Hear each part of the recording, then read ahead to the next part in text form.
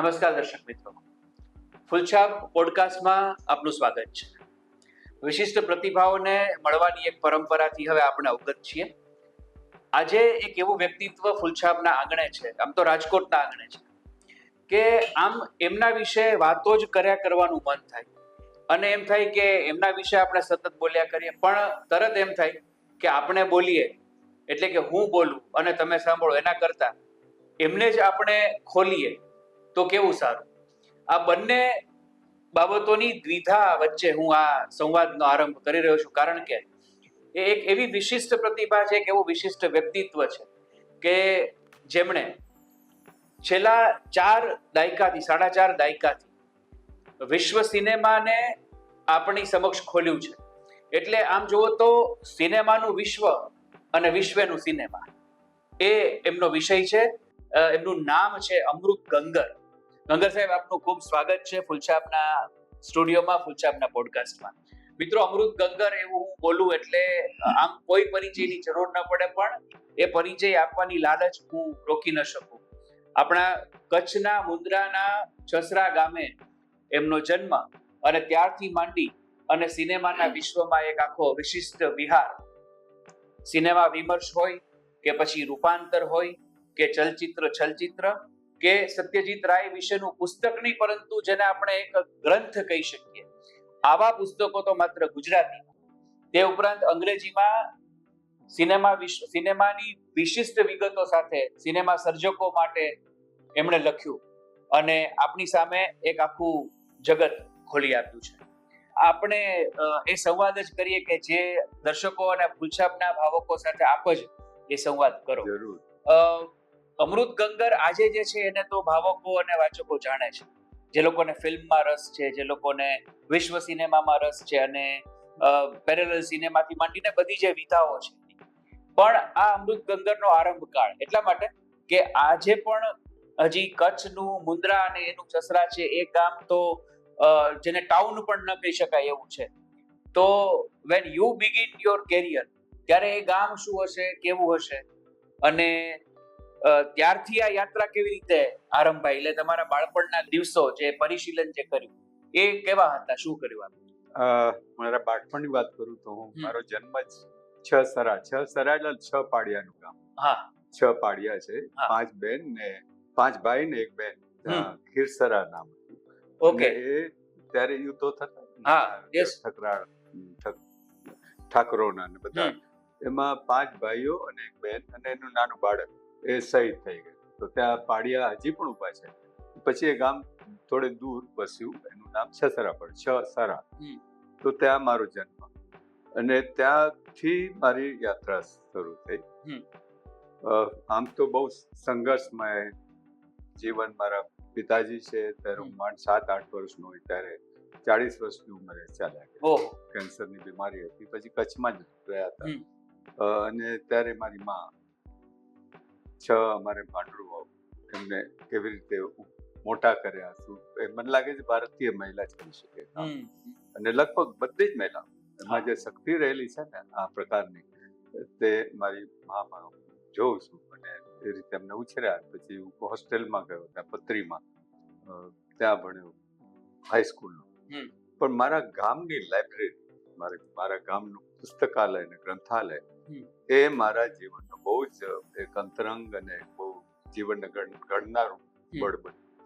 કારણ કે એ વખતે મોટું મકાન લાઇબ્રેરીનું, અને એક પાંચાળામાં આપણે કહીએ 5 ગામો નહીં, પણ એક મોટા શહેરો, મુન્દ્રા જેવા શહેરો કે માંડવી કે ભુજ, એમાં પણ એની ગણના થઈ શકે સારી. 3,000 પુસ્તકો સારી રીતે.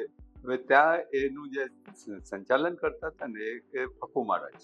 હવે એ તો મલ્ટીટાસ્કર, લોટ માંગવા પણ જાય, કૂતરાઓના રોટલા પણ આપે ને લાઇબ્રેરી પણ સંભાળે. પછી મને જરા રસ હતો બધામાં, કે એને મને કહ્યું તું રજિસ્ટર બનાવ. તો એ પુસ્તકોનું મેં બધું નામ ને વિષય પ્રમાણે જે મારી શક્તિ હતી એ પ્રમાણે રજિસ્ટર બનાવ્યું. એટલે મને ખબર હતી આ પુસ્તકો અહીંયા લાઇબ્રેરીમાં છે. ત્યાંથી વાંચવાનો શોખ મને જાગ્યો. અને ત્યાં મોટું ટેબલ, રાઉન્ડ ટેબલ હતું. એમાં બધા ચોપાનિયા આવે, બધા ભૂતપત્રો આવે. ચોપાનિયામાં કુમાર પણ કરું. ઓહો. તો કુમાર મને શરૂઆતથી વાંચવાની બરાબર. તક મળી. એના માટે મારા પૂર્વજો જ જવાબદાર છે, જે ગામના, જેમણે આ બધું. ત્યાં ગામડામાં, અમારા ગામમાં એક જ રેડિયો, મર્ફી રેડિયો, જે આ લાઇબ્રેરીમાં હોય, તો કુમાર રોજ શરૂ કરે રેડિયો, અને બધા સમાચાર સાંભળે કામ દઈને બધા. ત્યારે તો ફિલ્મ સંગીત ને એવું કઈ ન હોય, કશું જ નહીં. તો આ રેડિયો સાંભળવાનું, એમાંથી રસ જાગતો ગયો. શરૂઆતથી મને મૂવિંગ ઇમેજમાં રસ હતો. Motion picture. મોશન આ કેવી રીતે ગતિ થાય છે, મેં ક્યારે ફિલ્મો જોઈ નથી. ત્યારે મેં એક નાનકડું બોક્સ, ડબ્બાનું પેલું બોક્સ, બાયોસ્કોપ જેવું બનાવ્યું. ઉપર કાણું હોય થોડું, અને પછી ન્યૂઝપેપર્સની કટિંગ લઈને એને ઉંદરથી ચીપકાવો, અને એની લાંબી એક સ્ટ્રીપ તૈયાર થાય. બે સાઈડમાં પેલા સળિયાના પેલા હોય, પણ તે ફેરવું, અને એમાંથી એક સરકતા જાય બધા, અને આપણે આમાં જોઈએ બાયોસ્કોપની જેમ. એમાં મને આનંદ આવતો, એમાં રોમાંચ ઉભા થતો હતો. ત્યારે મેં ગામડામાં બીજું શું હોય, તો એ રીતે સિનેમામાં રસ પહેલેથી હતો. પછી અમે મુલુંડ શિફ્ટ થયા. બરાબર. મારું બાળપણ મુલુંડ ગયેલું. ઓકે. મુલુંડ સારું કસ્બો ગણાય ત્યારે, સેન્ટ્રલ બોમ્બે. ત્યાં મોતી પચાણ સ્કૂલમાં હું ભણ્યો. મારો ભાઈ હતો નવીન, એ પણ બહુ નાની વયમાં ગુજરી ગયો, મેનેન્જાઇટિસ થઈ ગયો. ઓકે. બ્રિલિયન્ટ છોકરો હતો એ પણ એ પણ ગયો. એટલે આમ સ્થળાંતર થતું ગયું, કચ્છ મુંબઈ પ્રમાણે. કોઈ સ્થાયી સ્થિરતા હતી નહીં. એ વચ્ચે થોડોક હું જમ્પ મારું છું. એટલે પછી મારા કોલેજ કાળ દરમિયાન હું ખાલસા કોલેજમાં હતો પહેલા, પછી ભવન્સમાં આવ્યો, અને ત્યારે હું હોસ્ટેલમાં રહેતો હતો, સર્વોદય કેન્દ્ર. અમારી બાજુનું સ્ટેશન એટલે બહુ દૂર નહીં, દાદરમાં ચિત્રા ટોકીઝ. ત્યાં રોજ સવારે, રવિવારની સવારે બંગાળી ચિત્રો બતાવે. એમાં તપન સિંહા હોય કે મૃણાલ સેન હોય કે સત્યજીત રાય હોય, પર્ટિક્યુલરલી ત્યાં જવાનું શરૂ કર્યું. બંગાળી ફિલ્મો, મને બંગાળી આવડતું, પણ ત્યાં બંગાળી શીખવાનું પણ શરૂ કર્યું. ન્યૂ એરા સ્કૂલ, બંગાળી ભાષા અને બંગાળી રવિન્દ્ર સંગીત, એ બેના ક્લાસીસ લેવાતા ન્યૂ એરા સ્કૂલ. તો હું ત્યાં પગે ચાલીને જઉં, મારી પાસે પૈસા નહોતા, લગભગ 3-4 કિલોમીટર, 5 કિલોમીટર દૂર ભવન્સ કોલેજ, ત્યાં ન્યૂ એરા સ્કૂલ. ત્યાંમાં ન્યૂ એરા સ્કૂલ એટલે બહુ આગળ પડતી કહેવાતી ત્યારે. તો ત્યાં મને બંગાળીમાં રસ જાગ્યો, બંગાળી વાંચવાનું શરૂ કર્યું વગેરે. તો સત્યજીત રે પ્રત્યેનું જે એક મારું એક્સપોઝર ને વલણ ત્યારથી કેળવાતું ગયું, ને ત્યાં પુસ્તક સુધી પહોંચ્યું. એ મારી આમ તો એ કહાણી છે. પણ મોશન પિક્ચરમાં તાત્વિક રસ મને વધારે થયો, કારણ કે આ મોશન કેવી રીતે થાય છે, મોશનના નિયમો શું, મોશન એક સાયન્ટિફિક. એટલે પછી આજે આપે કહ્યું કે ન્યૂ એરા સ્કૂલમાં આપ જતા, કે આપ પણ જેને ફિલ્મનું પ્રશિક્ષણ કહી શકાય, તાલીમ, એવું આપે પછી ક્યાંય લીધું? કે મને નસીબ જોગે 2 ફિલ્મ મેકર્સ એવા મળ્યા કે મારે હજી એમને ગુરુ માનું છું, મેન્ટર માનું છું. એક મણિ કૌલ અને કુમાર સાનુ, જે પણ તત્વની વાત કરતા હતા. બરાબર. સ્પેસની વાત મણિ કૌલે પહેલવેલી અભેદ આકાશ પુસ્તકમાં કરી. અભેદ આકાશ પુસ્તક એટલે ઉદયન વાજપેયી અને મણિ કૌલ વચ્ચેની વાર્તાલાપ. એ પુસ્તક રૂપે આવે. એ ન્યૂઝ પ્રિન્ટ પર છપાયેલું.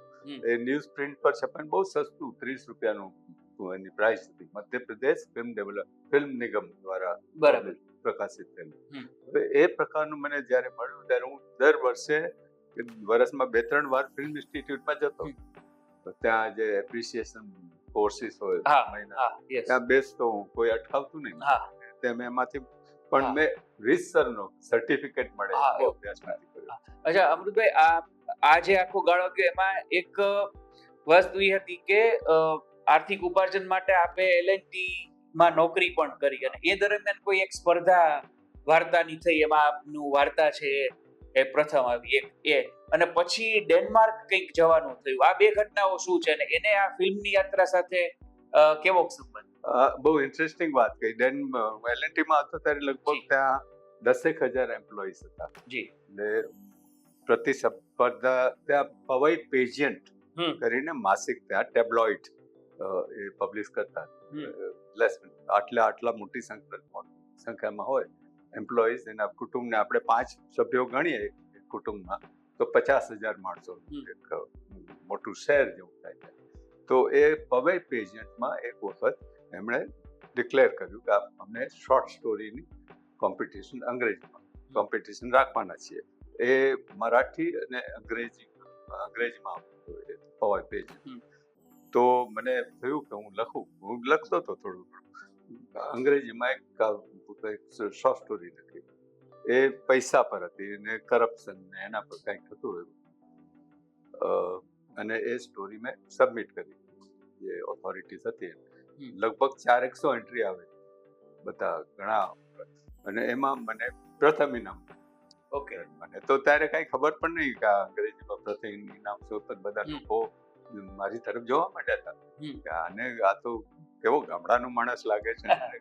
અંગ્રેજીમાં પહેલું ઇનામ મળ્યું તો મને જરા આનંદ થયો. પણ એ મોટી ઘટના હતી. અત્યારે હું જોઉં છું પાછો તો એ બહુ ઈઝી નહોતું, કારણ કે કોન્વેન્ટ વાળા ત્યાં વિદ્યાર્થીઓ, અંગ્રેજી ભણેલા વિદ્યાર્થીઓ જે પણ એમ્પ્લોઈઝ હતા એની સામે ઉભા રહેવું, અને અંગ્રેજી ભાષા તે ગામડામાંથી પત્રીમાંથી શીખેલો એ ત્યાં આવે તો એના માટે હું, મારા એક શિક્ષક હતા દોશી સર, એ અંગ્રેજી એટલું વ્યાકરણ સમજાવે તમને જરા કંટાળો ના, એટલું બહુ સરળ રીતે અંગ્રેજી વ્યાકરણ સમજાવે.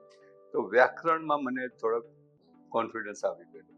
અને પહેલો નિબંધ મારો વંચાયો ખાલસા કોલેજમાં. હું તો સવારની કોલેજમાં જતો એટલે હજી ઊંઘમાં હોઈએ ત્યારે, ને અંગ્રેજીનું એક વાક્ય પણ બોલી નહોતો શકતો હું.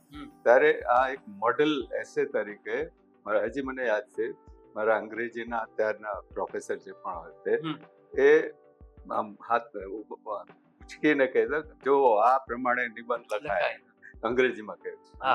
પૂરતો સમજતો પણ નહોતો ત્યારે બધા ઘણા અંગ્રેજી માધ્યમ વાળા વિદ્યાર્થીઓ હાજર હતા જે કામ કરે ને બંને કરતે, નોકરી કરે ને કોલેજ પણ કરે. તો એ પ્રમાણે મારું એક કોન્ફિડન્સ વધતો ગયો. ને પણ મૂળ વાત મને મોશનમાં હતી. ગતિના નિયમો શું હોય, ગતિનું તત્વ કયું, અને એમાં કાળ બને છે.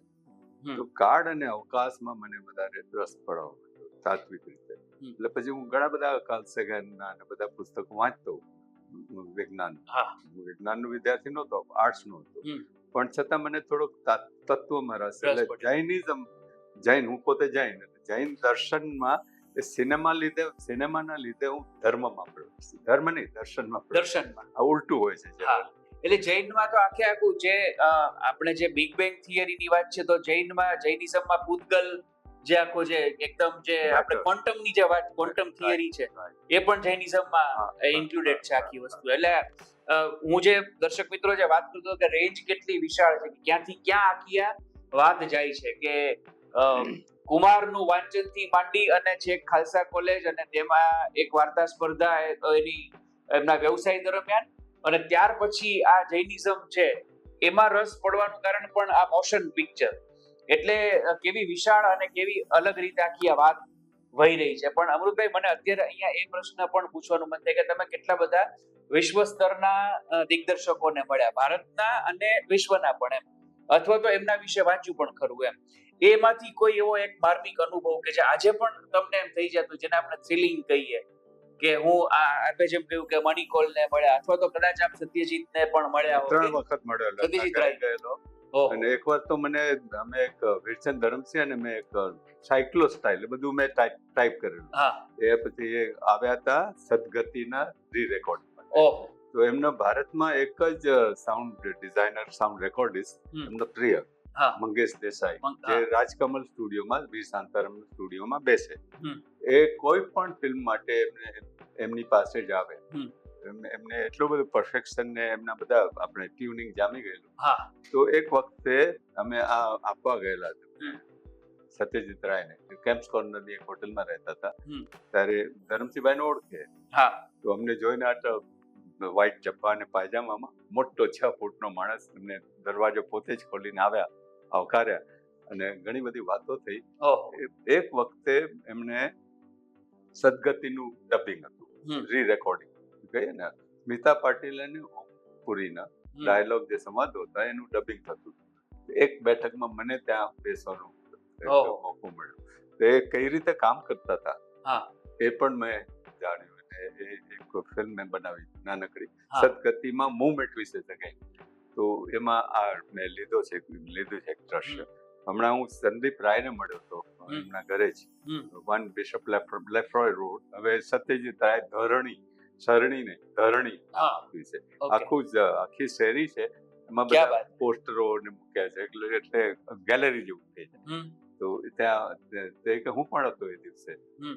પણ હું તો કોઈને ત્યારે ઓળખતો નહીં, એટલે અંધારામાં હું બેઠો હતો એમાં જ, કોઈને તકલીફ ન થાય.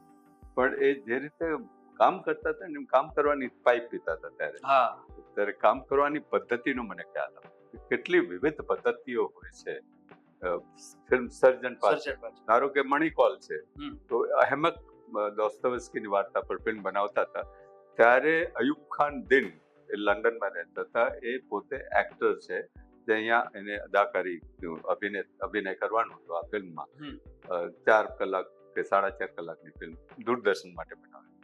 તો એમણે કહ્યું, હું તને બતાવીશ નહીં કઈ રીતે અભિનય કરવાનો, હું ધ્રુપદ ગાઈશ ને તું એને રિસ્પોન્ડ કર અને હું એને ઓકે કરીશ. આ પ્રકારની નવી પદ્ધતિ, આ પ્રકારની પદ્ધતિઓ જે છે સર્જન પાછળ, એ જાણવાની જરૂર છે. એટલે સત્યજીત તો એવું કરતા ને કે આખી જે સીનો એનો આખો સ્કેચ પોતે જ તૈયાર કરતા અને પછી એ પાત્રોને એ રીતે સમજાવતા. એ પણ આખી એક નવી જ વાત છે. એમની પદ્ધતિ. હા, એમની પદ્ધતિ. હવે આપણે એમને રૂબરૂ મળ્યા ને એમનો જે મેં જેને ગ્રંથ કહ્યું, એ પુસ્તકમાં તો આપણે લગભગ સત્યજીતનું જીવન ખોલી દીધું છે. પણ આવા જ એક આપણા ફિલ્મ સર્જક ઋત્વિક ઘટક, અને ઋત્વિકે તો સાઉન્ડ વિશે પણ એવું કહ્યું હતું કે ફિલ્મમાં 50% વધારે તો કામ સાઉન્ડ કરે છે. મેઘે ઢાકા તારા એમની બહુ જ પ્રચલિત, અને એવું કહેવાય કે ફિલ્મ સર્જકો માટે ટેક્સ્ટ બુક ગણી શકાય એવી ફિલ્મ. પણ એની એક બીજી ફિલ્મ અજાંત્રી, જેની વાત બહુ ઓછી થઈ છે, પણ એ બહુ અદ્ભુત. આપણે પેલું સામાન્ય સ્તરે પેલું તારક મહેતા કા ઉલ્ટા ચશ્મા જેવી જે સોપ ઓપેરા છે, એમાં પેલો ભીડે ને પેલા સ્કૂટર પ્રત્યે પ્રેમ હોય ને, તો આપણને અજાંત્રિક યાદ આવે, ત્યાં સુધી આપણે લઈ જાય. તો ઋત્વિક ઘટક વિશે કંઈક વાત આપ કરો. ઋત્વિક ઘટક વિશે ગુજરાતીમાં મને મારા ખ્યાલ પ્રમાણે ગુજરાતીમાં પહેલી વાર મેં વાત કરી હતી ઋત્વિક ઘટક વિશે. એના 2 પુસ્તકો કર્યા છે. એક મેં પ્રકાશિત કર્યું છે, એક પુસ્તક return to the epic by Ashish Rajendra. એ મારી ફિલ્મ સોસાયટી જે હું લીડ કરતો હતો, સ્ક્રીન યુનિટે પબ્લિશ કર્યું.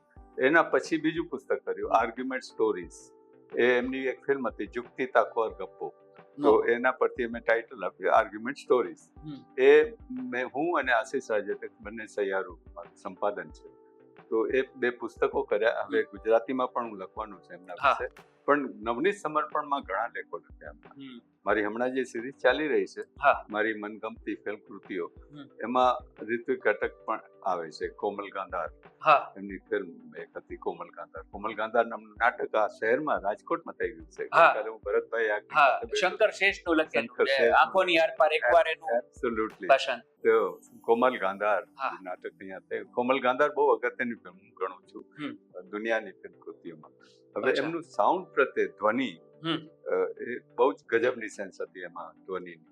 તમે કોઈ પણ ફિલ્મ જુઓ, મેં હમણાં જ અમદાવાદમાં મારા ફિલ્મ વર્કશોપમાં એક ફિલ્મનું દ્રશ્ય બતાવું, મેઘે ઢાકા તારા. તો જે રાતે મોર દુવાર ગુલી ભાંગલો જોડે, તો એ એનું ગીત છે. જે રાતે મારા દરવાજા ખુલી જાય છે, અમાર દ્વાર એટલે દ્વાર ખુલે, એમાં ચાપખાનો અવાજ આવે છે. ગીતમાં ચાપખાનો અવાજ આવે છે. તો એ ચાપખાનો અવાજ એવી તમે ફિલ્મ કૃતિ બીજી ફિલ્મ કૃતિ અથવા ફિલ્મ સર્જકને કેવી રીતે કોટ કરી શકે, એટલે એને અવતરણ ચિહ્નમાં મૂકી શકે. એ ચાપખા ફેલિનીના છે. તો એ સંસ્કૃતિ પર ચાપખા મારે છે. ત્યારે ચવાઈ ગયેલી જર્જરિત થયેલી સંસ્કૃતિ બંગાળની કે ઇટલીની હતી, એના પર ચાપખા મારે છે. તો એ ચાપખાને ઋત્વિક ઘટક અવતરણ ચિહ્નમાં મૂકે છે. એટલે જ તમારું જેટલું બહુ શ્રુત આપણે જ્ઞાન હોય ફિલ્મ વિશેનું, તો તમે એમાં જોડી શકાય. ધારો કે માલકોન્સ આપણે સાંભળીએ છે ગીત, રાગ, તો માલકોન્સ વિશે જો ખબર હોય થોડી ઘણી, ભલે આપણે ન ખબર હોય છતાં એન્જોય કરી શકીએ છીએ અને માણી શકીએ છીએ, છતાં પણ જો થોડીક વધારે ખબર હોય તો ઊંડાણથી જાણે માણી શકીએ. એટલે સાઉન્ડની જે આપણે વાત કરી, ઋત્વિક ઘટક હોય કે સત્યજીત રાય હોય, સપોઝ આપણે ચારુલતાની પેલી 8 મિનિટ જોઈએ તો there is not a single dialogue in that. Right. અને છતાં પેલો ડુગડુગી આવે તો એનો પણ અવાજ આવે, પછી બહાર કોઈ બાળકો રમતા હોય તો એનો, એટલે આખું વાતાવરણ લોકાલ જેને કહેવાય એ આખો ઊભો કરે છે. ને 7-8 મિનિટ સુધી કોઈ સંવાદ જ નથી, માત્ર બોંકિમ બોંકિમ એવું એક વિસ્પરિંગ જેને કહેવાય એ નાયિકા. અને આખું દ્રશ્ય જે છે એ ફર્નિચર પડ્યું છે, ઘડિયાળ છે, એના દ્વારા આખી વાત સત્યજીત પ્રસ્થાપિત કરે છે કે આ સ્ત્રીનું પણ ઘરમાં તો અલ્ટિમેટલી આવું જ કંઈક સ્થાન છે એમ. હવે આ આપના જેવા જે મરમી હોય એના પુસ્તકમાંથી કે એના પરિશીલનમાંથી સામાન્ય વાચક છે એ વાંચી શકે. મારો પ્રશ્ન, એટલે મારું આ કહેવાનું કારણ એ છે કે આ પુસ્તકો જે કંઈ લખાયા એ પાછળની બધા ફિલ્મ સર્જકોની જેમ એક યાત્રા હોય એમ તમારી સર્જન યાત્રા, એટલે એ સંશોધન કેવી રીતે કરવું, એનું આ રીતે અર્થઘટન કઈ રીતે કરવું, એ જર્ની કઈ રીતે કેવી હોય એમ, એટલે એમાં કેટલો સમય, જેમ કે રૂપાંતર છે તો રૂપાંતર અમે પહેલા પણ મિર્ચ મસાલા જોઈ, અને ઇવન અબુ બકરાની જે આખી આ વાર્તા છે મડિયાની એ પણ વાંચેલી, અનેક વખત વાંચેલી, ફિલ્મ પણ ઘણી બધી જોઈ હતી. આ પુસ્તકમાં વાંચ્યા પછી એનો જોવાનો દૃષ્ટિકોણ છે આખો બદલાઈ ગયો. તો રૂપાંતરમાં પણ આવી ઘણી બધી ફિલ્મો વિશે વાત છે. તો આ જે ફિલ્મો વિશે લખવાની આપની યાત્રા છે એ કઈ રીતે, કેવી રીતે રહીને, એમાં તો કેટલું બધું ઊંડું ઉતરવું પડે, સમય પણ જોઈએ, એકાગ્રતા પણ જોઈએ, અને ઓથેન્ટિસિટી એટલા માટે કે કોક ચેલેન્જ જ્યારે કરે તો ચેલેન્જ ન કરે એવું નથી, પણ ત્યારે એની પાસે એની માટે આપણો એક બહુ સજ્જડ જવાબ પણ આપણી પાસે હોવો જોઈએ. એ કઈ રીતે આખું થતું હોય છે? સિનેમાની વાતો થાય ને ત્યારે પહેલા તો આપણે પોતાનામાં તમે શું વિધાન કરો છો એમાં શ્રદ્ધા હોવી જોઈએ. શ્રદ્ધા ક્યાંથી આવે? શ્રદ્ધા આપણે કંઈક અભ્યાસ કર્યો હોય, એનું અધ્યયન કર્યું હોય, ચિંતન મંથન કર્યું હોય તો આવે. તો આ જે મેં વાત કરી હતી ચારુલતા મારા પુસ્તકમાં, એ તમે જે બહુ સુંદર દાખલો આપ્યો, ચારુ એકલી છે ઘરમાં, એકાંત સતાવે છે એમને, અને એકાંતને કેવી રીતે ઉજાગર કરવું. તો એકાંતને એવી સરસ રીતે આ જે સત્યજીત રાય કરે છે એ દ્રશ્યમાં, એ બંકિમચંદ્રની કપાલ કુંડલાનું એક નવલકથા પડી છે, અને પછી બંકિમ કરતા એ બાયનોક્યુલર જે છે એનાથી બારીમાંથી જુએ છે, એક બારીમાંથી જુએ છે, એક માણસ પસાર થાય, જાડો માણસ છે, પસાર થાય, બીજી બારીમાં એને ફોલો કરે છે, બીજી બારી તરફ આવે. આખું દ્રશ્ય જે છે એ એકાંતનું દ્રશ્ય. એકાંતને તમે કેવી રીતે ફિલ્મમાં ઢાળી શકો, પોતાનું એકાંત દૂર કરવા માટે એ બાહ્ય જે કંઈ પણ એને સ્ત્રોત ઉપલબ્ધ છે એની તરફ એ જાય છે. ત્યારે ઘડિયાળના ટીક ટીક ટીક એ અવાજ આવે, તમને આમ સ્પર્શી જાય વેધક રીતે. તો એ એકાંતની વેધકતા કેવી રીતે તમે દર્શાવી શકો ફિલ્મમાં, એ સત્યજીત રાય આ દ્રશ્યમાં એટલું સુંદર, બહુ મિનિમલ સંગીત છે, ગીતો છે એટલા, પણ મિનિમલ સંગીત, ને પોતે જ કમ્પોઝ કર્યું છે. અચ્છા. પોતાના ઘરમાં, એમના ઘરમાં જાઓ તો તમે એનું સ્ટડી રૂમ છે, પુસ્તકો હોય, ને ગ્રાન્ડ પિયાનો પણ હતો, હમણાં પણ છે, રાખ્યું છે એનું એ જ, અને એક પેલું કીબોર્ડ છે. એટલે આવું જ કામ અત્યારની પેઢીમાં મારો ખ્યાલ સુજીત સરકાર છે એ આવું કરે છે. જેમ કે ગુલાબો સીતાબો છે, તો એમાં અમિતાભ બચ્ચન છે, તેની પાછળ એક બહુ જર્જરિત અને બહુ જૂનો છતાં જર્જરિત થઈ ગયેલો તેમ છતાં ઉભેલો એક ટાવર, એક દરવાજો એ બતાવે છે. એટલે એ સિમ્બોલાઇઝ કરે છે કે ભાઈ આ વ્યક્તિ વૃદ્ધ છે છતાં એ પોતાની યાત્રા ચાલુ રાખે છે. જેને આપણે સિમ્બોલિઝમ કહીએ સિનેમામાં, અથવા તો જેને આપણે આવી રીતે સાઉન્ડ દ્વારા અભિવ્યક્તિ કહીએ, આવા અનેક દાખલાઓ તમે આપ્યા, અને અમારા અવલોકનથી અમે જોતા હોઈએ. મને હવે પછી એવું પૂછવાનું મન થાય અમૃતભાઈ કે વિશ્વ સિનેમાનો અભ્યાસ અને ભારતીય સિનેમા, કારણ કે આપણે ગઈકાલે પણ આપણે જે સંવાદ કર્યો એમાં એવી વાત થઈ કે ભારતમાં સૌથી વધારે સિનેમાનું નિર્માણ થાય છે, પણ નિર્માણ થાય છે, સર્જન કેટલું થાય છે એ એક પ્રશ્ન છે. પ્રોડક્શન થતું હશે પણ ક્રિએશન જે છે, તો હું સરખામણી માટેનો મારો પ્રશ્ન નથી, પણ વિશ્વ સિનેમા અને ભારતીય સિનેમા બંનેને આપ કઈ રીતે જોવો છો? આ જે બે સમાંતર જે ધારાઓ ઊભી થઈ વિશ્વ અને ભારત, બીજી આપણે સમાંતર ધારાઓની વાત નથી કરતા, પણ એ સાથે જ થયેલી. આપણે બહુ મોડા આવ્યા ફિલ્મમાં. 1913 દાદા સાહેબ, 1912 ભક્ત પુંડલિક બની હતી, પણ 1912 એનાથી પહેલા તો માનવને ચંદ્ર પર મૂકી દીધેલો 1902માં ટ્રીપ ટુ ધ મૂન. હવે આ 1902માં એના પછી આખો દશકો નીકળી જાય, આખો દાયકો નીકળી જાય, ત્યારે આપણે આમાં આવીએ. એનો ઘણા અર્થઘટન એવું કરે છે કે બ્રિટિશ કાર્ડ હતું, આપણે કોલોની હતા, નથી છતાં કરી શકત. થિયેટર આપણે ઘણા કર્યા, પણ સિનેમા તરફનો આપણો અભિગમ પાછળથી આવ્યો એવું મને લાગે છે.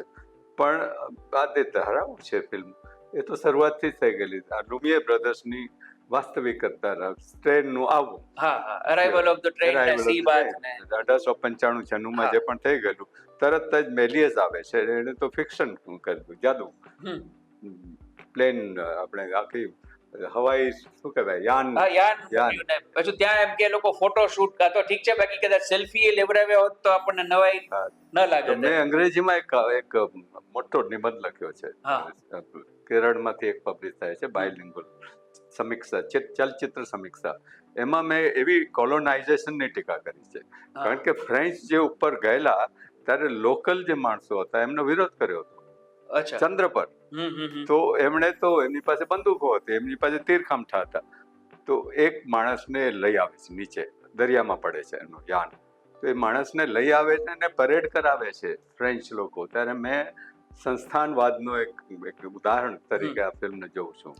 તો એમના, મારી સિંગાપોરમાં મિત્ર રહેતી હતી, મેલિયસની ફેમિલીને એમણે સાથે જોયેલી ફિલ્મ, કોઈક સમારંભ હશે કોઈ, તો મેલિયસની ફિલ્મ જોતા થતા, અને પછી મારો લેખ પણ વાંચ્યો હશે. ત્યારે મારી આ મિત્રને કહ્યું કે આ તો રમૂજ ખાતર કર્યું હતું, હું રમૂજ તરીકે નહોતો જોતો. અને મારો પ્રશ્ન એ છે કે ફિલ્મના વ્યાકરણની, કારણ કે દરેક ભાષાને પોતાની ફિલ્મ છે, પણ ફિલ્મને પોતાની જ ભાષા છે, તો એ ભાષામાં ભારતીય ફિલ્મો અને પરદેશની ફિલ્મોમાં આપ કઈ રીતે સમાનતા અથવા અંતર, જે આપનું દર્શન હોય તે. મારો પ્રશ્ન કોઈ હું કન્સ્યુડ માઇન્ડથી નથી પૂછતો કે આપ ક્રિટિસાઇઝ જ કરો અથવા તો એપ્રિસિએટ જ કરો, પણ ફ્રાન્સમાં ફિલ્મો, આપણે ત્યાં શું છે કે આપણે જોવા ટેવાયેલા છે માત્ર હોલીવુડ, પણ ફ્રાન્સમાં ફિલ્મો બની, રશિયામાં બની, ઇવન અત્યારે જે આપણને જીવંત દ્રશ્યો ટીવી ઉપર ન ગમે એવા જોઈએ છે, ઈરાનની ફિલ્મોની પણ આખી એક અલગ વસ્તુ, માજીદ મજીદી ને એમાં પેલું કલર્સ ઓફ પેરેડાઇઝ કેવી જો કૃતિ આપણે જોઈએ, તો એમાં સાઉન્ડ જે છે, કલર ઓફ પેરેડાઇઝ નો પેલો એક દ્રશ્ય છે કે એક પ્રજ્ઞાચક્ષુ બાળક છે, ઓલા ઈંડા છે પક્ષીના, એ મૂકવા માટે થઈને ચડે છે, એમાં કોઈ સંવાદ નથી, બહુ ધીમું સંગીત છે, ને છતાં આખો સીન આપણને અંદરથી ભીજવે છે કે આ બાળકની સમસંવેદના કેવી છે. આવા તો અનેક દ્રશ્યો આપણને યાદ આવે, પણ એ વિશ્વ સિનેમાની સરખામણીમાં ભારતીય સિનેમાને આપ કઈ રીતે જોવો છો? ભલે ને ડિકેડ્સમાં જોવો, આજે જોવો, ગઈકાલે જોવો, એમ કેવું લાગે? સંખ્યાની રીતે વિચાર્યું તો આપણે નહીં, સંખ્યા તો બરાબર, આંકડો બરોબર છે, પણ એવા ફિલ્મ સર્જક છે, મારી થિયરી છે ફિલ્મ સિનેમા પ્રયોગ. હવે પ્રયોગના જે પણ ફિલ્મ સર્જકો છે, યુવાન છે બધા, અમિત દત્તાની ફિલ્મો કેટલાય જોઈ છે, એનું નામ પણ નથી લેતા, આપણે તો મોટા મીડિયામાં જે નામ આવે તો લઈએ. અમિત દત્તા, આશિષ અવિકુંઠક, કબીર મોહંતી, વિપિન વિજય, આ બધા મેં લખ્યા છે મારા અંગ્રેજી પુસ્તક સિનેમા કલ્ચર કેપિટલમાં. આ બધા સિનેમા પ્રયોગના જે પણ ફોલોઅર્સ હું ગણું છું, તો તે રીતે નવો જ ચીલો એમણે કર્યો, અને વિશ્વમાં નામ છે એમનું, એ આપણને ખબર નથી, પણ વિશ્વમાં નામ છે ભારતીય સિનેમાનું. હમણાં એક પુસ્તક આવ્યું છે, એપિસ્ટેમોલોજી ઓફ સિનેમા, આશિષ અવિકુંઠક, એ હમણાં જ 2026 નું પુસ્તક છે, મોંઘું પુસ્તક છે, પણ એ પુસ્તકની સર્વત્ર એને સન્માન આપવામાં આવે છે પુસ્તકનું. એ આપણો જ ફિલ્મ મેકર છે, અમેરિકામાં રહે છે, એની આપણે વાત નથી કરતા. તો આપણે આ સમગ્ર સિનેમાની વાત કરીએ. સિનેમા, હમણાં જોન અબ્રાહમની વાત થતી હતી, મલયાલમ કેરળના ફિલ્મ મેકર, કારણ કે એ ફિલ્મ હેરિટેજ ફાઉન્ડેશને રિસ્ટોર કરીને કાન્સમાં બતાવી, એટલે પાયલ કાપડિયાની ફિલ્મની વાતો થાય છે, કારણ કે એમને કાન્સમાં એવોર્ડ મળ્યો. તો એ તો એવોર્ડ મળે જ છે આપણને, તો એ કદાચ સંખ્યા ઓછી છે આપણી, આપણે જે રેશિયો છે. એટલે મારો પ્રશ્ન શું છે, આપણે માની લ્યો કે આપણે જેમ સાહિત્યમાં જે જુદા જુદા યુગ આવ્યા ને, પંડિત યુગ, સ્પેશિયલી ફિલ્મ માટે સ્ટોરી લખાઈ, એની ઉપરથી સ્ક્રીન પ્લે બને, એવું તો બહુ પછી શરૂ થયું. એટલે આપણી પાસે પછી શું છે કે એક તો મેલોડ્રામા, જેમ કે શાંતારામે સુધારાની બધી વાત કરી કે જેલ સુધારણા કે અસ્પૃશ્યતાની સામે વાત કરી હોય, કે રાજ કપૂરે આખો જુદો એક ટોન એ ફિલ્મમાં લાવ્યા. એ બધા સર્જકો એ પોતાની રીતે કામ કર્યું. અને પછી પેલી લોસ્ટ એન્ડ ફાઉન્ડ થિયરી આવી, એંગ્રી યંગ મેન વગેરે વગેરે આવ્યું, કાશ્મીરના શૂટિંગ થયા, બધો આખો જુદા જુદા યુગ બદલાતા રહ્યા. તો એમાં સભારંજકતા હતી. હું પૈસા આપું છું તો મને મનોરંજન મળે છે એમ. પણ જેને રિફ્લેક્ટ ફિલ્મ જ થાય, ફિલ્મ મેકિંગ થાય. મેં ક્યાંક એવું વાંચ્યું હતું કે ફિલ્મ એટલે ડિરેક્ટરને નોવેલિસ્ટ વિથ કેમેરા કહેવામાં આવ્યો છે. એટલે જે નેરેશન જેને કહેવાય કેમેરા દ્વારા, કેમેરા જ ફરે. અને જેમ કે ઋતુપર્ણા ઘોષની રેઇનકોટ છે, તો રેઇનકોટમાં એક આખો સીન એવો છે કે જેમાં એક કવિતા જ આવે છે, કોઈ સંવાદ નથી, અને આખો કેમેરો એ આખા ઘરનું દ્રશ્ય કે છે કે આ બાથરૂમ કેટલું ગંદુ છે, અહીંયા જીવાત છે, અહીંયા આમ છે આમ. એ કેમેરો આખી કથા કહી દે છે, કોઈ નેરેટર બોલતા નથી, છતાં દર્શકને ખબર પડે છે કે આ ઘરની અને આ પરિવારની સ્થિતિ શું છે. મધર ઇન્ડિયાની વાત કરીએ તો એ ઓસ્કરમાં એનું નોમિનેશન પહેલું. મેં એને નવ રસ તરીકે, નવ રસ મહેબૂબ ખાને આ ફિલ્મમાં ઢાળ્યા છે, એ હું પ્રત્યક્ષ બતાવું છું કે આ જો આ નવ રસ છે. એ બધા આ ફિલ્મમાં એક જે ભણ્યો નથી એવો ફિલ્મ મેકર ગુજરાતનો, એ મહેબૂબ ખાને આ નવ રસ ઢાળ્યા છે. આપણે નવ રસની વાત કરીએ, બહુ યુનિક વાત છે. આપણી ભારત મુનિનું નાટ્યશાસ્ત્ર લઈએ તો નાટ્યશાસ્ત્રની કેટલાને ખબર છે પશ્ચિમમાં. તો એ હું એમને કહું છું કે આ પણ અમારો વારસો છે. આપણે જે કામસૂત્રની વાત કરીએ છીએ, કામસૂત્ર તો આપણે ઘણાએ વાંચ્યું જ નથી, મોટા ભાગના. પણ કામસૂત્ર આ દેશમાંથી જન્મે છે, આ દેશમાંથી, જેને કન્ઝર્વેટિવ ને બેકવર્ડ જગત, આ એવો પ્રગતિશીલ દેશ છે કે હું માનું છું તેમ કે આ મધર ઇન્ડિયા જે ઓરત પહેલા બની હતી, મધર ઇન્ડિયા પણ એટલી જ અગત્યની ફિલ્મ છે. ભલે પોપ્યુલર લેવલની છે, કારણ કે એમાં બધા જ સેન્ટિમેન્ટ બધા છે. મેલોડ્રામા નથી, ફક્ત જે એન્ડમાં જે મારે છે બંદૂકથી, એ ઇઝ નોટ મેલોડ્રામા, પણ એક રૌદ્ર સ્વરૂપ છે. રૌદ્ર સ્વરૂપને કેવી રીતે આપણે વ્યક્ત કરી શકીએ, તો એ આપણે જો કરી શકીએ, સિનેમા પ્રયોગનો એ જ પ્રયોજન છે કે મારા દેશમાં કે મારી સંસ્કૃતિમાં અનેક પ્રકારના, વિવિધ પ્રકારની અભિવ્યક્તિઓ વ્યક્ત થાય છે, સિનેમા દ્વારા કે નાટક દ્વારા કે કલા દ્વારા, પેઇન્ટિંગ દ્વારા. પણ સિનેમાની વાત કરીએ તો એ જે પોટેન્શિયલ છે આપણું, મોટાભાગની ફિલ્મો તમે કહો છો તેમ મુખપટોમાં પણ ફક્ત મિથોલોજી નહોતી, એમાં સામાજિક પિક્ચરો પણ હતા. કાલો નાગ પણ એ તો સત્ય ઘટના હતી. મુંબઈમાં જે ખૂનની ઘટના બની હતી ત્યારે એના પરથી કાલા નાગ ફિલ્મ બનાવવામાં આવી હતી. ભક્ત વિદુર જે પહેલી ફિલ્મ ગાંધી આવે છે, દ્વારકાદાસ સંપત, એ એમણે કોહિનૂર ફિલ્મ કંપનીની ફિલ્મ હતી, 1923ની ફિલ્મ. એ ફિલ્મ કઈ ઓછી પેલી નહોતી આપણી પાસે, અનફોર્ચ્યુનેટલી એ ફિલ્મની પ્રિન્ટ નથી, પણ એવી ફિલ્મો પણ બની છે આ દેશમાં. હું છે ને વાત કરું છું ને એમ કે ભાઈ જેનું પ્રમાણ કહેવાય એમ કે પછી સમયાંતરે બદલાતું રહ્યું, પણ એક આખો દોર હોય ને એવું. હવે દોર તમે શાંતારામની વાત કરી, શાંતારામનો પહેલો દોર હતો, પહેલો જે એ પ્રભાત ફિલ્મ કંપની. પ્રભાત ફિલ્મ કંપનીમાં એમણે જે ફિલ્મ હતી એમાં એક આદર્શવાદ હતો, શેજારી ફિલ્મ હોય તો બે નેબર્સ કેવી રીતે ઝઘડે છે, કે કંકુ ફિલ્મ છે, કે આ બધી ફિલ્મો એ ત્યારે બનેલી. એનો એક પ્રભાત ફિલ્મ કંપની પૂનામાં હતી, પહેલા કોલ્હાપુરમાં, મહારાષ્ટ્ર ફિલ્મ કંપની બાબુરાવ પેન્ટર. હવે એ જ્યારે શિફ્ટ થાય છે રાજકમલ કલા મંદિર મુંબઈમાં આવે, એના પછીની ફિલ્મો જુઓ તમે તો એ ઢાળ પિંજરા સુધી તો નીચે આવે છે ગ્રાફ આખો એની. તો આ પ્રમાણેની જે આપણે એનાલિસિસ કરીએ તો એ આખું એમ જનરલાઇઝેશન ના થાય, સાધારણીકરણ જે કરીએ છીએ એમાં જ ભૂલ છે આપણે ઐતિહાસિક. તો એ આપણને જોવું પડશે કે આ કેમ પરિવર્તન આવે છે. આ જ શાંતારામ છેવટે ડિબોચ જવું, એટલે પિંજરાની તો ઘણી ટીકા પણ થઈ છે વગેરે, અને નવરંગ ને બધી શીખ છે, પણ એ એની કક્ષામાં ના આવે. ત્યારે ગાંધીનો પ્રભાવ હતો, ગાંધી ફિલ્મો નહોતી, ગાંધીજી રામરાજ્ય જોઈ ત્યારે 74 વર્ષની વય હતી, પણ જે આપણાપણું જે પ્રગટ થાય છે, પોતિકાપણું, એ પશ્ચિમની સંસ્કૃતિથી થોડું અલગ છે. તો એ આપણને એ પ્રમાણે આપણી જે સેન્સ છે ટાઈમ અને સ્પેસની સેન્સ જે તાર્કોસ્કીમાં છે એ રશિયન છે કે ઈરાનમાં હું ત્રણ વખત જ્યુરી પર હતો તેહરાનમાં, આ બધા ઓળખું પર્સનલી, પણ એમાં જે સેન્સ છે એ સુફીવાદની સેન્સ કે ઇસ્લામિક સેન્સ એ અલગ છે. અહીંયાની સેન્સ અલગ છે, ઉપનિષદની સેન્સ છે, અહીંયા વેદની સેન્સ છે, અહીંયા જૈન દર્શનની સેન્સ છે, બૌદ્ધ દર્શનની સેન્સ છે. એ હું એને ફિલ્મોસોફી કહું છું. હવે ફિલ્મોસોફીની રીતે જોઈએ સિનેમાના ઇતિહાસને કે સિનેમાને પોતાને કૃતિને, તો એમાંથી આપને સાર કંઈ અલગ મળે છે. એ ફક્ત મનોરંજન નથી રહેતું, ભાઈ ચિત્તરંજનની અવસ્થામાં જાય છે, ઉર્ધ્વગતિ પામે છે. એ ચિત્તરંજનની અવસ્થા કાયમ રહે છે. એ પછી ઉડન ખટોલા ફિલ્મો તો એમાં હું સ્પેસની રીતે જોઉં તો એ મને હજી યાદ છે. ઉડન ખટોલા એરોપ્લેન જાય છે આકાશમાં અને નીચે ઘોડા પર 3 યુવતીઓ ઉડન ખટોલા વાદન જે ગીત છે, તો સ્પેસની રીતે જોઉં, આકાશની રીતે જોઉં છું, તો એ મને સ્પર્શે છે વધારે. એમાં ચિત્તરંજન તરફ જવાની વૃત્તિ છે આપણી. દર્શક મિત્રો, હવે તમને પણ એક પ્રશ્નની પ્રતીક્ષા છે કે આટલા બધા પ્રશ્નો પૂછાયા, આટલી ચર્ચા થઈ, એક પ્રશ્ન નથી આવ્યો. આપણે એ પ્રશ્નથી સમાપન તો નહીં કહું, પણ એક અલ્પ વિરામ તરફ જશું ને ફરી એકવાર ક્યારેક આવો અવસર સાંપડે તો આ સંવાદને આપણે લંબાવશું.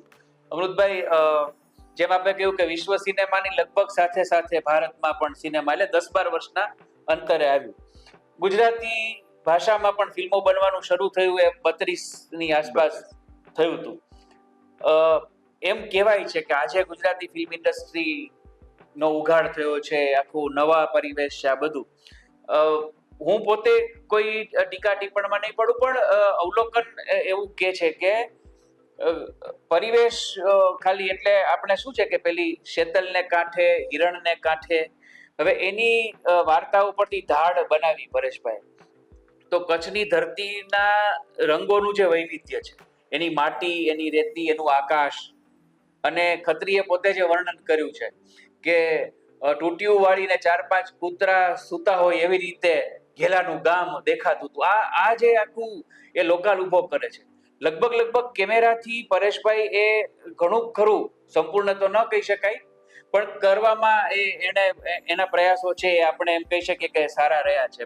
તો એ ધાડને આપણે દર્શકો ન મળ્યા ને એવું માનું છું કે ગુજરાતી દર્શકોની કમનસીબી છે, ફિલ્મ મેકરની નથી. એમ આવી ઘણી બધી ફિલ્મો છે. ગુજરાતી ફિલ્મ ઇન્ડસ્ટ્રીને ગુજરાતના વૈશ્વિક સ્તરના ફિલ્મ અભ્યાસી અમૃત ગંગર કઈ રીતે જોવે છે? થોડા દિવસ પહેલા અમદાવાદમાં મેં એક ફિલ્મ બતાવી ગુજરાતી, કયો કયો કલર. ઓહો. એ બહુ યુવાન છોકરો છે, શાહરૂખ ખાન ચાવડા, પાલનપુરનો. અચ્છા. એ ફિલ્મ રોટરડેમમાં પ્રીમિયર થયેલી, બહુ ઓછા ગુજરાતીઓને ખબર છે હજી સુધી.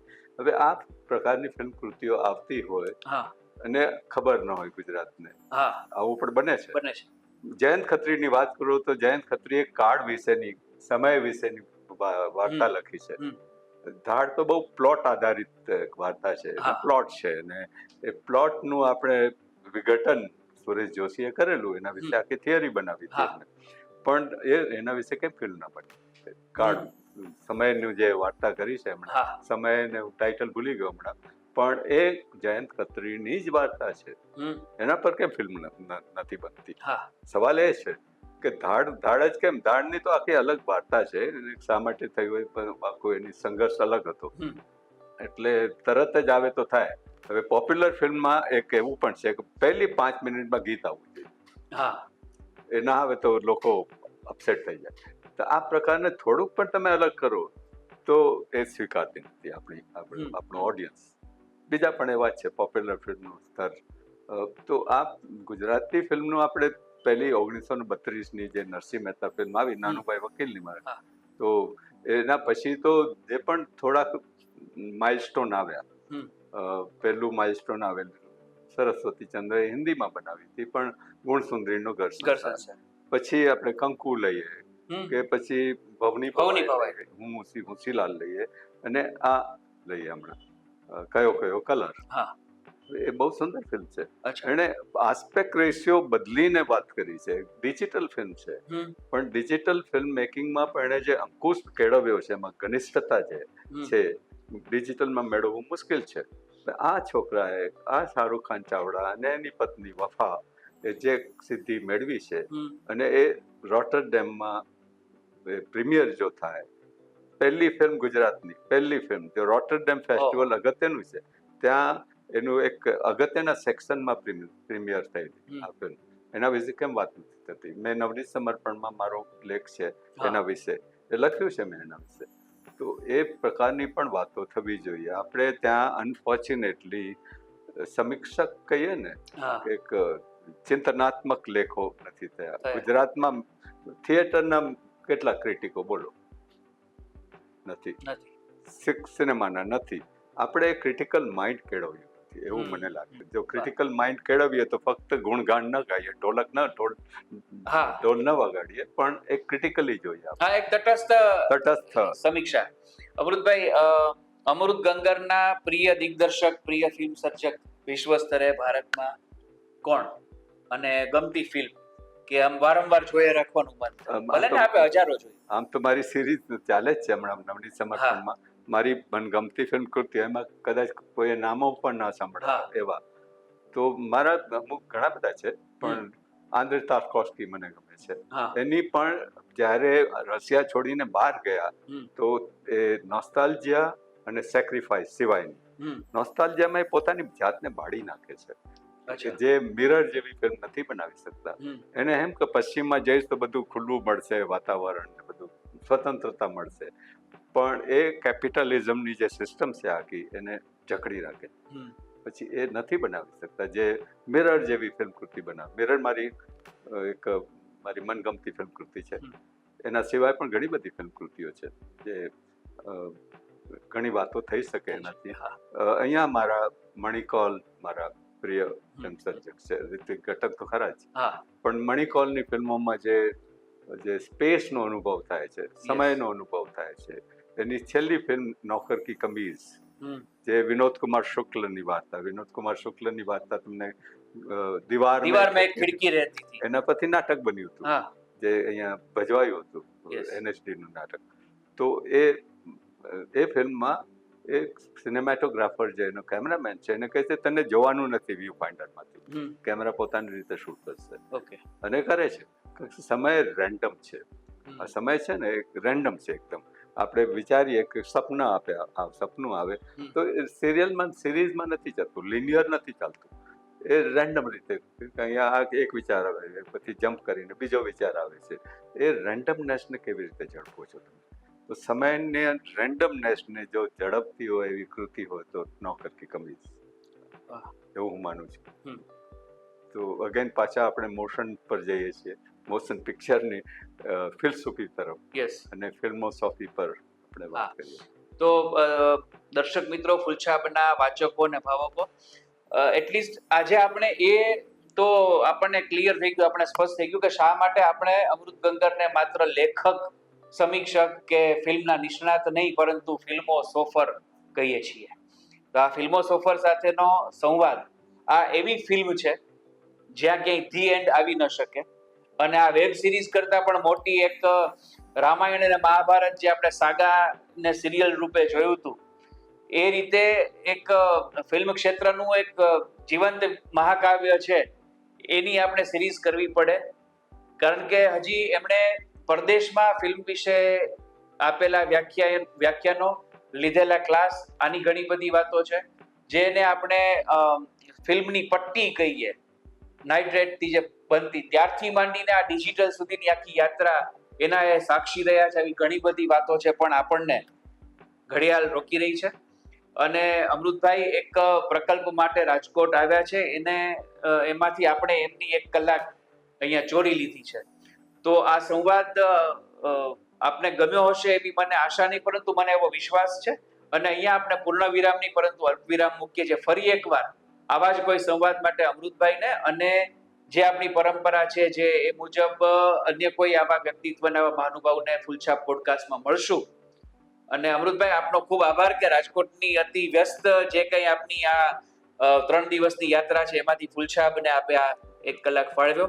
અને બસ અમને આવી રીતે તરબતર કરતા રહેજો. થેન્ક યુ જ્વલન કે મને તક આપી.